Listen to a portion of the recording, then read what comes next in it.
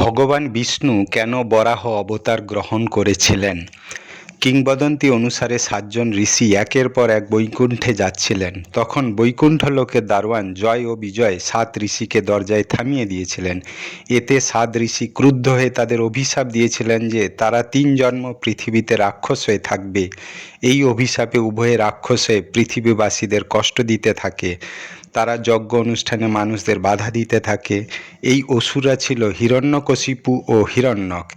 একবার তারা পাতাল লোকে প্রবেশ করে বরুণ দেবকে যুদ্ধের চ্যালেঞ্জ জানায়। সেই সময় সকল দেবতা মিলে ব্রহ্মার কাছে হিরণ্যকের হাত থেকে মুক্তির প্রার্থনা জানিয়েছিল। ভগবান বিষ্ণু ধ্যান করার সময় ব্রহ্মা তার নাসারন্ধ্র থেকে বরাহ নারায়ণের জন্ম দেন।